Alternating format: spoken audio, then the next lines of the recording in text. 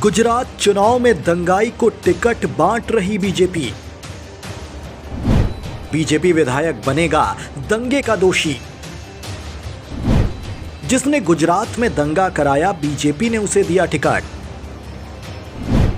विपक्ष बोला, यही है संघी एजेंडा।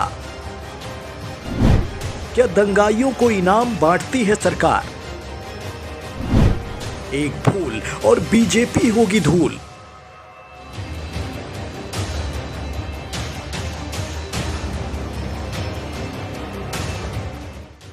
गुजरात दंगों के दोषी को बीजेपी ने गुजरात से टिकट सौंपा तो रातों रात अपोजिशन ने इसे मुद्दा बनाया। आरोप इतने सुलगते हुए कि बीजेपी आला कमान के भी पसीने छूट रहे। दरअसल बीजेपी ने विधानसभा चुनाव के लिए नरोदा पाटिया नरसंहार मामले के दोषी की बेटी पायल कुकरानी को नरोदा सीट से मैदान में उतारा है। मामले में आजीवन कैद की सजा पाने वाले मनोज कुकरानी अपनी बेटी के चुनाव प्रचार में उसकी मदद कर रहे हैं। बताया जा रहा है कि मनोज 2016 तक कई बार अस्थायी जमानत पर बाहर थे, जब उन्हें नियमित जमानत मिली। इससे पहले बीजेपी ने गोधरा निर्वाचन क्षेत्र से चंद्र सिंह राव जी को मैदान में उतारकर खुद को तूफान की नजर में पाया। कहा यह भी जा रहा है कि राहुल जी ने बिल्किस बानो मामले के दोषियों और संस्कारी ब्राह्मण के रूप में खुद को संदर्भित किया था और वो गुजरात सरकार की उस समिति का हिस्सा थे जिसने उम्र कैद की सजा काट रहे दोषियों को छूट दी थी। राजनीतिक अनुभव के बिना पेशे से एनेस्थेटिस्ट पायल ने पार्टी के उम्मीदवार के रूप में नरोदा के मौजूदा बीजेपी विधायक बलराम थवानी की जगह ली है। विपक्षी दलों का आरोप है कि ये इस बात का पुख्ता सबूत है कि उन्हें बीजेपी ने विशुद्ध रूप से दंगा दोषियों को पुरस्कृत करने के लिए चुना था।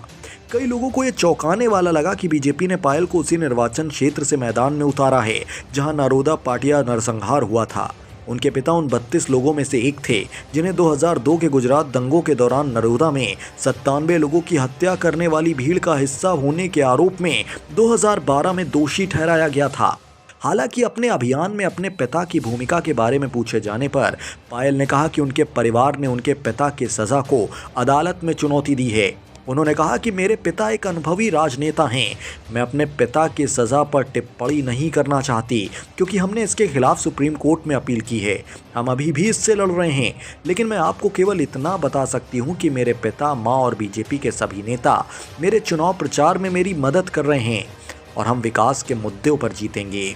फिलहाल गुजरात दंगों के दोषी को टिकट देना बीजेपी के गले की फांस भी बन सकता है। अब तक तो इन आरोपों को लेकर बीजेपी लीडर्स की ओर से कोई प्रतिक्रिया सामने नहीं आई है। अगर आती है तो उसका विश्लेषण भी जल्द आपके सामने होगा। फिलहाल बीजेपी के इस कदम को लेकर आपकी राय क्या है, कमेंट बॉक्स में बताएं और ऐसी ही निष्पक्ष खबरों के विश्लेषण के लिए जुड़े रहें नेशनल न्यूज नाउ के साथ।